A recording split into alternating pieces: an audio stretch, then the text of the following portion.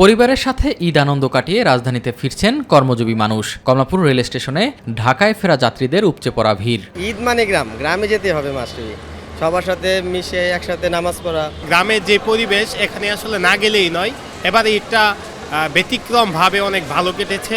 মোটামুটি সবার সাথে দেখা হয়েছে, অনেক ভালো লেগেছে। যাত্রা স্বস্তির হলেও এই ফেরায় আনন্দ নেই যাত্রীদের মাঝে, কেননা ফেলে এসেছেন প্রিয়জনকে। ছুটি শেষে শুরু হয়ে যাচ্ছে কর্মময় জীবনও। আনন্দটা মোটামুটি মাটি করে, কারণ কর্মব্যস্ত জীবনে কাজে তো কাজ তো করতে হবে। কর্মের খাতিরে আসতে হয়, আবার সামনে ঈদ আসবে, ইনশাল্লাহ আবার যাব, আবার আসবো।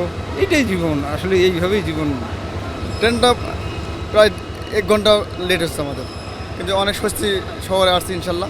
কমলাপুরে 2-1টি ট্রেন বিলম্বে ফিরলেও এবারের ঈদযাত্রা স্বস্তিতেই কেটেছে বলে মনে করেন স্টেশন ম্যানেজার। আমাদের এবার ঈদ যাত্রা ইনশাল্লাহ আল্লাহর রহমতে অনেক সুন্দরভাবে সম্পন্ন হয়েছে এবং এখনও মানুষজন খুব একেবারে নিরাপদ এবং স্বাচ্ছন্দ্যে ভ্রমণ করতে পেরেছে এবং মানুষজন খুবই সন্তুষ্ট। রাজধানীর বাস টার্মিনালগুলোর চিত্রও একই। কর্মস্থলে ফেরার তাগিদে ঢাকায় ফিরছেন সাধারণ মানুষ। প্রিয়জন ছেড়ে আসলে তো কষ্ট হবে, তারপরেও কর্মক্ষেত্রে তো আসা লাগবে, এজন্যই চলে আসছি। রাস্তাঘাটের পরিবেশ অনেক ভালো আছে। 1 বছর পর বাড়ি গেলে আবার আসার সময় অনেকটাই খারাপ লাগে। দীর্ঘ ছুটি হওয়ায় যাত্রায় কোথাও ভোগান্তিতে পড়তে হয়নি বলে জানান যাত্রীরা। এস এম আরিফ, মাই টিভি, ঢাকা।